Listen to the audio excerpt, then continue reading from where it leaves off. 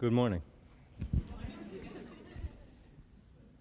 So for a second just there, your conscious minds were trying to take hold of what was going to happen in that moment, right? And they couldn't, because I didn't say anything. And I don't know what you felt during that moment, but you may have felt any number of things, but you may have even stopped breathing for a second, just to, think about that. I may have made you stop breathing. Now, why did you stop breathing if you stopped breathing? Because you, the real you, your subconscious you, sought information, right? And your subconscious is so good at gathering and interpreting information that even the sound and motion of your own breath is a hindrance. That's how sharp our satellite dishes are for gathering and taking in information, that even one's own breath gets in the way. So that brings me to your topic today, sound, and my subtopic of that, which is music. Now, I suspect that what I just did here with the violin is a little unusual for these talks, so it may have provoked in you certain immediate thoughts just because of the reaction, just because of the incongruity of having someone come out here and play a musical instrument. But I hope that you got past that really fast and found yourself listening to that Bach that I was playing, and if you did listen, then you'll notice, at least now in retrospect, that you were listening in a way very different from the way you're listening now to my voice, because music has a power to reach us in a way that nothing else can, a power to evoke emotions in us in a way nothing else can, because it goes straight to the subconscious. It makes no pit stop in the conscious mind for interpretation whatsoever. I mean, right now your conscious minds are working because you're interpreting the English language, the words that I'm saying, right? There's a lot of subconscious information going on as well. You're taking in the whole of everything that's happening here, but you're going through your conscious minds, at least for the meaning of the words, and that's having a part of, where you're going emotionally with this, right? But the subconscious mind takes in music without any pit stop in the conscious mind. That gives it incredible power to make us feel, and here's the thing, it actually gives us a sense of truth, and a sense of belief in a moment, something pure, something unadulterated by conscious interpretation or analysis, completely. And that's an amazing power, and all of the performing arts know of this power of music. Of course, we all know about this power of music, but think about performing arts. They will all use music not only to make you feel, but to make you actually believe. So if you go to a play, the director will make you believe in the subject or in the place or in the time of the play by having incidental music. So you'll hear the music, and it'll be much more powerful than the costumes of the sets. How you feel at any given moment in a movie is predicated much more upon what you hear than what you see, right? The most horrible tragedy unfolding on the screen will make you laugh if it's accompanied by humorous music.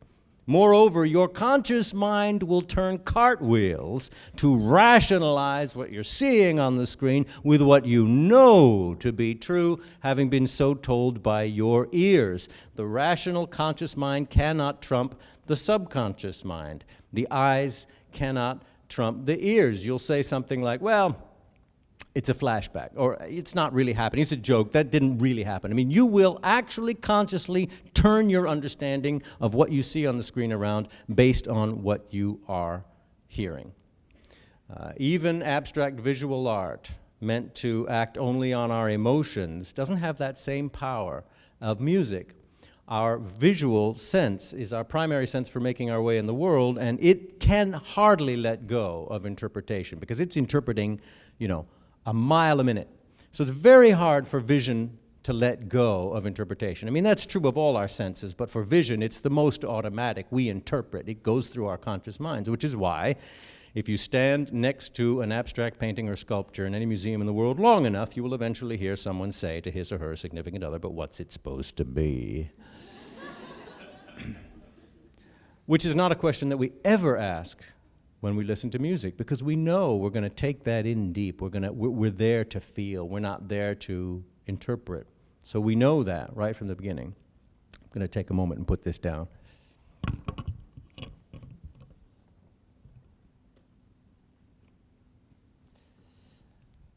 Now,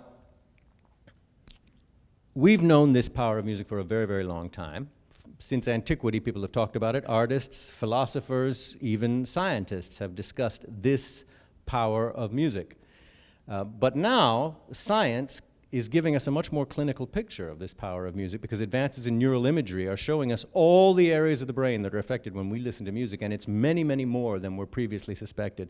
Music is processed all over both sides of the brain.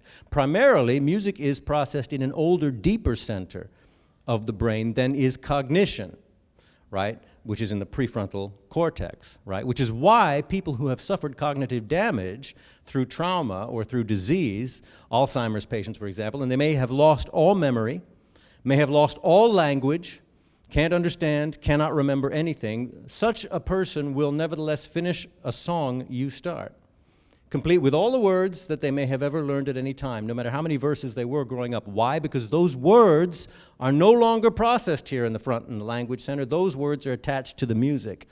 And so the music is understood, the meaning of the music is understood, and the words of the music are understood, right? Even in someone who has no language left at all. So we're using music now in Alzheimer's therapy. In fact, music is being used in an ever-widening circle of clinical applications, from ORs, post-op, where music can actually lessen the amount of time it takes to heal. In operating theaters, music can lessen the amount of anesthetic that is needed to numb the pain, which means, of course, you come out of it faster, you heal faster. It's used in rehabilitation centers where music pushes us to work past the pain and work harder. It's used in neonatal intensive care units, where any place where perfect logic, rhythm, telling stories harmonically, working directly on the subconscious has this calming effect of balance in the world, has this calming, palliative effect, and indeed a healing effect. We know that we have two neural pathways in our brains, one for analysis, in fact, and one for aesthetic and emotion, things like music. And they don't fire simultaneously, they fire alternately, right? And we learn by a constant system of feedback loops. In other words, we have a fact, that's one neural pathway, and then we have an emotion, that's another neural pathway. And in fact, we are uniting emotion to fact all the time. Believe it or not, you learn something, you tag it. You feel something about what you learned. That can even be a mathematical equation. You tag it. So there is an emotional component to our rational, conscious minds. In her book on beauty and being just, the Harvard professor, Dr. Elaine Scarry, took this a little bit further, and she posited that the pursuit of beauty, the perception of something that is ideal and beautiful, actually tunes us to truth. That beauty and justice are, in fact, interrelated. And she points to words in our language that seem somehow to connect these seemingly disparate areas. For example, the word fine. We call something fine that is beautifully wrought to its final perfection, and we call that fine. But of course, we also pay a fine to redress an imbalance in the perfection of justice. An equitable resolution is fair. A beautiful woman is fair. These connections are not new.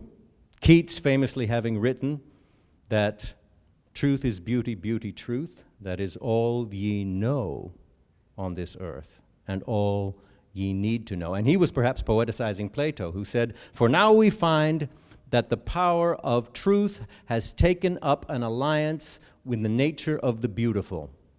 For measure and proportion manifest themselves in all areas of beauty and virtue." Beauty, aesthetics, emotion, one side of the brain, virtue, truth, fact, knowledge, the other side of the brain. Those are related, they go together. Oh, we don't like that.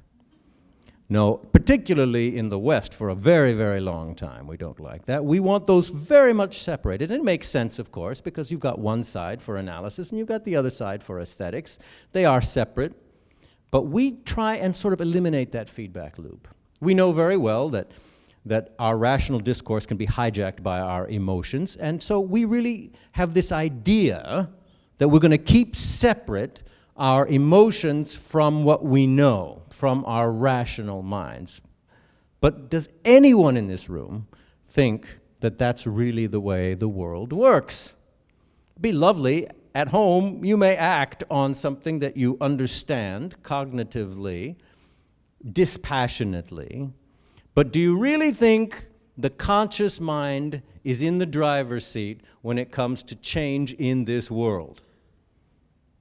You know it isn't. We know it isn't. We like to say, music, keep music for entertainment, keep arts for entertainment, keep all aesthetics on that side. My rational mind, my conscious mind is in charge of what I know. Thank you very much. Keep your emotions out of it. I need to understand. I study, I read, I listen to debates, I listen to speeches, I read books, I think, and that is how I know what I know. Well, you know, any speechwriter who wants to change the world takes as his or her primary objective not to give you information, but to make you feel, right? You may be in tune with a speaker's point of view, and by the way, notice that locution, to be in tune. There's nothing less rational or more subconscious than to be in tune with the speaker's point of view, to resonate with a point that is being made in a speech. Has nothing to do with the conscious mind. That's all emotion. But what is it that really gets us excited in a great speech, that actually moves us to do something, that gets us up out of our chairs? It's that final gathering steam, that final pushing forward, pulling together, that final glorious statement of the premise. But what is that? That's accelerando, that's crescendo, that's patterns, that's poetry, that's rhythm. That is music, and that is when you start to feel. That is when you get the drugs releasing in your brain. There's something that makes you say, yes.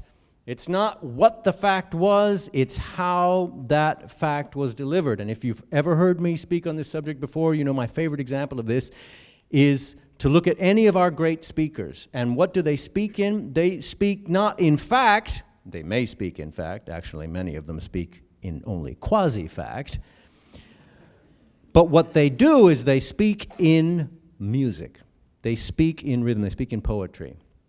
I always use the John F. Kennedy line, Ich bin ein Berliner. Famous line. It's metaphor, first of all, so that right there is poetry that gets us feeling emotion, irrespective of what the words actually mean, because meaningless they are, in fact, from a conscious perspective. In fact, they're mangling of the German language in a conscious perspective. But they mean so much to us, but not only from the metaphor, but from the music, from the rhythm. Short, short, short, long. Ich bin ein Berliner. Very strong, makes you feel and listen and believe in a way that you wouldn't just by the mere rhythm of that. And in fact, that rhythm is called a quartus paean, and a quartus paean is that rhythm that Aristotle already identified as the one poetic rhythm which could be used in great oratory. Why? Because it drives our point without being recognized as poetry. Short, short, short, long. I have a dream. Short, short, short, long. What is that? Well, you may know what's coming.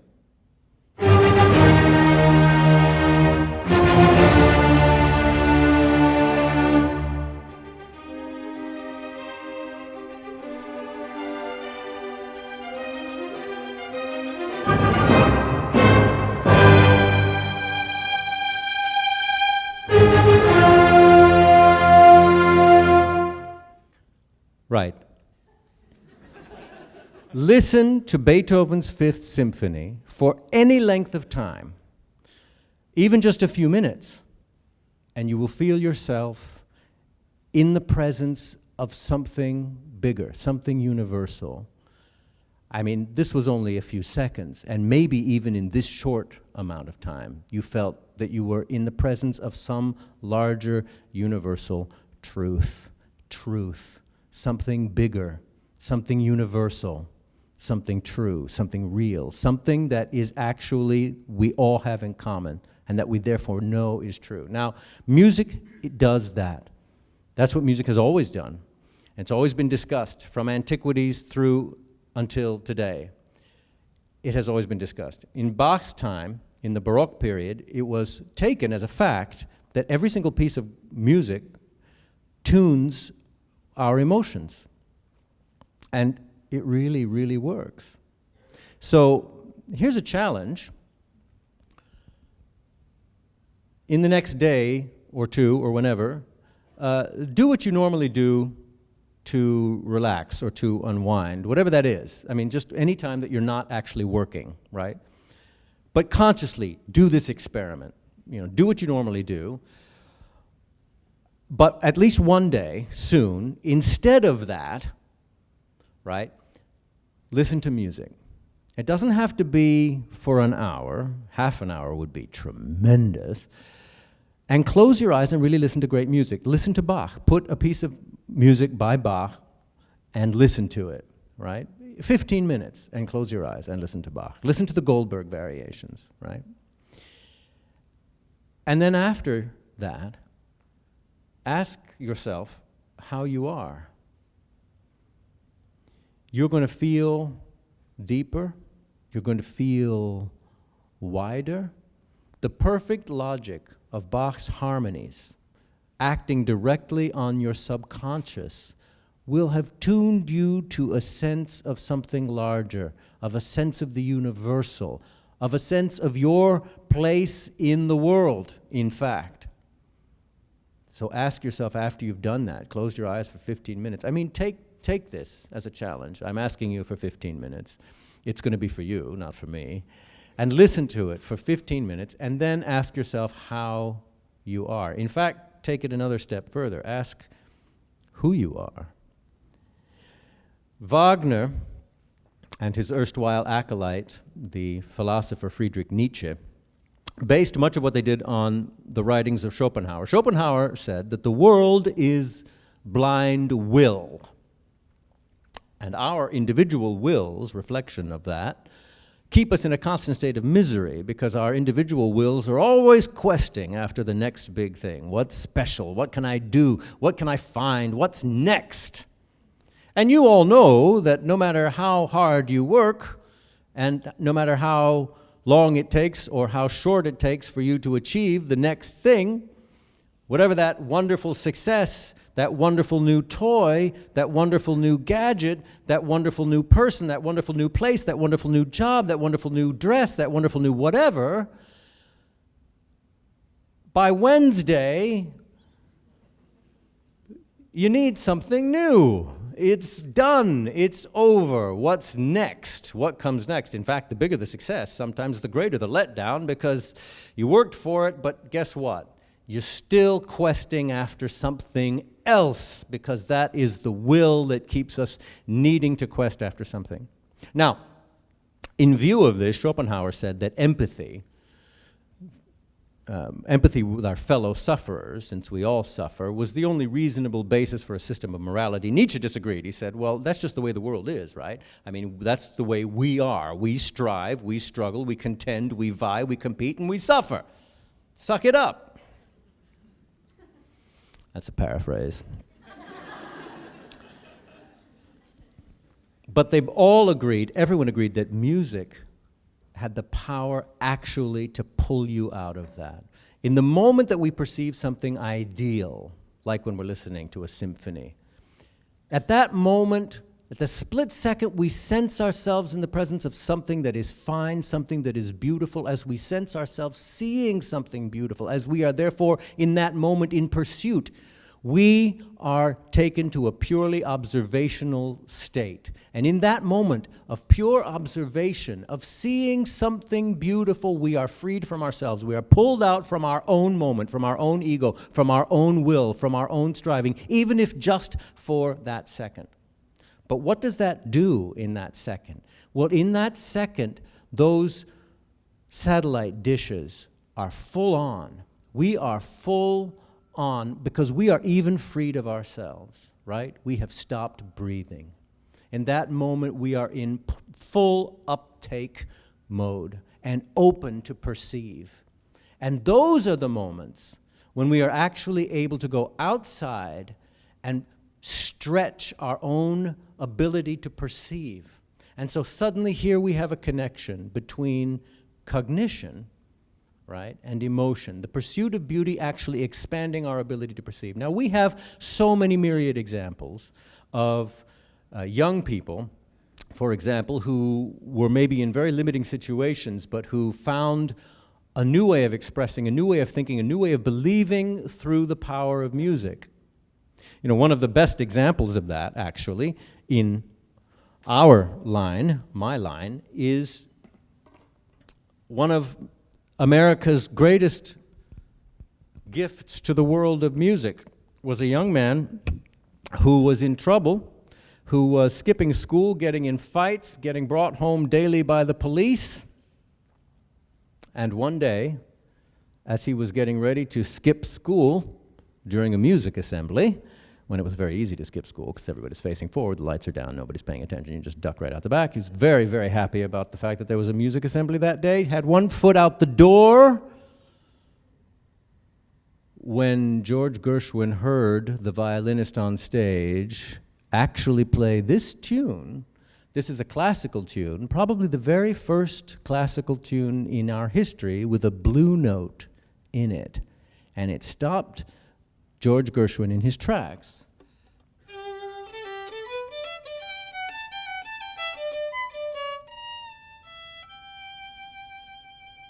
And in that moment, he saw something. He saw a world. He saw a whole world. His mind opened right up. So how important is this for giving to our young people a chance to pursue art and refine their thoughts and their abilities? You know, Einstein said that he felt that imagination for him was more important than absolute knowledge. His theory of relativity was born out of musical architecture and imagery, followed up, of course, with the math. But it was that ability to imagine. He said the best scientists in the world are those who are artists. A past president of the GE Foundation said that at GE we hire engineers, but the ones who we think are really going to make solutions and think outside the box are those who have on their resume that they have pursued art or music as well. And we look to try and get those people. Shostakovich said that music tells us the truth. And even Stalin, beast and a butcher that he was, recognized that about music and why he feared it. You think about truth and the arts, you can just think about dictatorships around the world through history.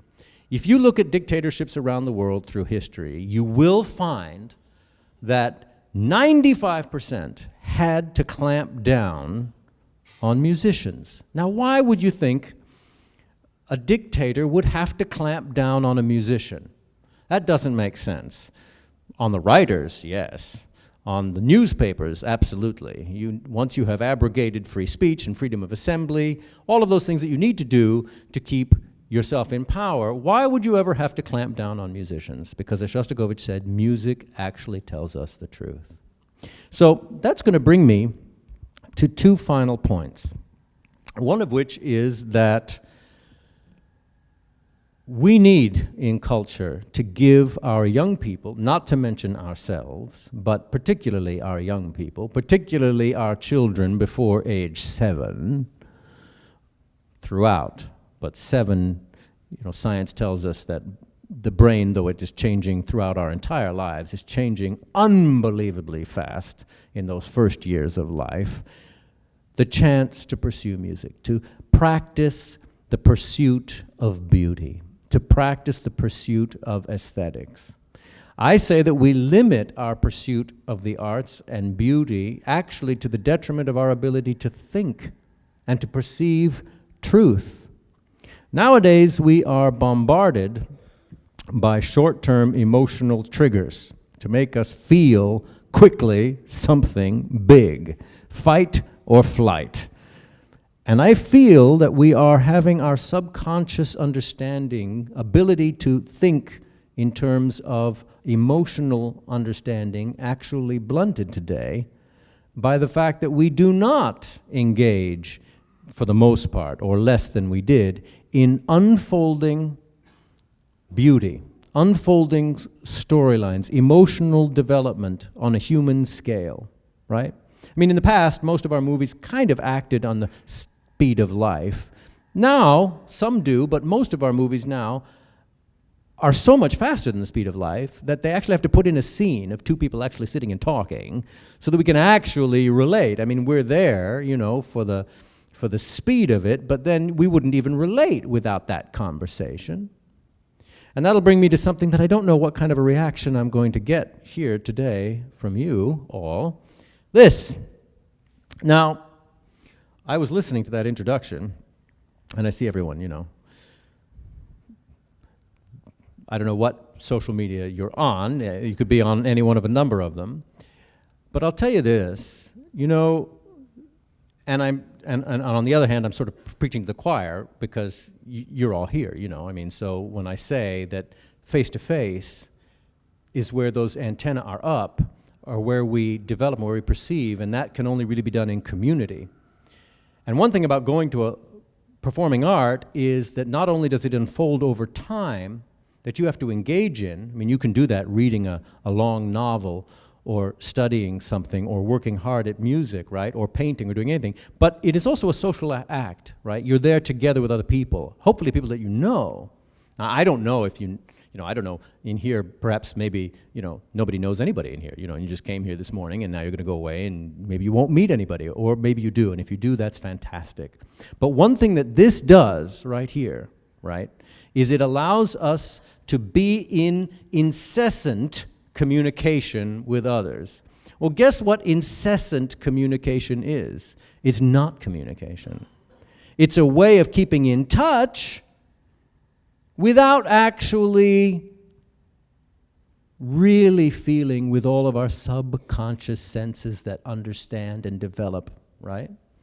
So by the time you get down into shorter and shorter and shorter bites, you know, we used to write letters, and writing letters was a poor substitute for being together and sitting down at a meal or going to a concert or just being together for any length of time in community, pursuing a common endeavor or common interest. It was a poor substitute. But when you wrote letters, they were longer, you know, and they took an effort. And if you read a letter, you actually, by the time you had to read the whole letter, aside from issues of handwriting and everything else, you sort of did feel like you were getting some sort of a knowledge of the person, a little bit, you know, because they had to, and in some cases it was really good because when you write a letter, you have to actually sit down and actually sort of formulate your thoughts a little bit to that lossy format of communication, that letter. Well, compare that to this. This is the lossiest format of, you know, that's a term from music, right? MP3s. In music, we don't like MP3s. It's a lossy format because of all the wonderful information of the sound that's been taken out to compress it down into an MP3, right? Well, I mean, emoticons, likes, tweets. I mean, that's got to be the lossiest form of communication in the history of the planet. I mean, an emoticon allows you to actually, I mean, first of all, you don't have a lot of emotion, right, in a lot of, that's why, you know, when you're sending emails, it's very easy to be misinterpreted, right? You have to be really careful because you can't really get that feeling. None of our satellite dishes are actually working at that moment. All you have is that, okay, oh, you know, was that snarky? Oh, was that nice? I can't tell. Was that mean or nice? Why? Well, and so now how do we fix that? Oh, emoticons. Now you say happy face. Oh, that was okay. And guess what? That's emotion without actually having to be there in person and emote at that level that we perceive at a subconscious level one-on-one. So now we can go through, you know. Oh, I'll pick that one, that one, that one. Am I feeling that? Okay, I'll feel that, I'll feel that, I'll feel that. You're not really actually, right? And you put those through, and it comes through. I mean, that kind of communication is the lossiest format there is. I mean, that would be like an MP3 in which 2 out of every 3 notes of the song were actually missing. That's what that is. And to the extent that that allows us to silo and actually be in touch with everyone without spending any time with anyone, that actually, I think, runs the risk of blunting our perception of being one with another. And so that's kind of my takeaway message. We need to pursue beauty, and we need to pursue each other in community. And I'm going to end by saying that one way to do that is to come join us at the Symphony, actually. We do have, if you're not a classical music aficionado, pick a concert and come. Actually, I have some colleagues here who will talk a minute about some of the things that are happening. But go to a concert that unfolds over a little bit of a longer period of time, right? You don't get to the development of the symphony until you've heard the first 2 tunes, right? Then comes the development. Well, you're 4 or 5 minutes into the piece. You're already longer than a song, right? You haven't understood the full meaning of it yet. The development goes all over the place. You start to feel things. And you come down and you hear the themes again at the end, and you start to understand where you have been. And all of that time you felt connected to a sense of the universal. And you've been with other people doing it. And you weren't on a screen, right? And you were just using nothing. You had nothing between you and the world. There was no screen to give you the world. You had the world. And you had the world through a great artist's interpretation of who we are as human beings on this planet.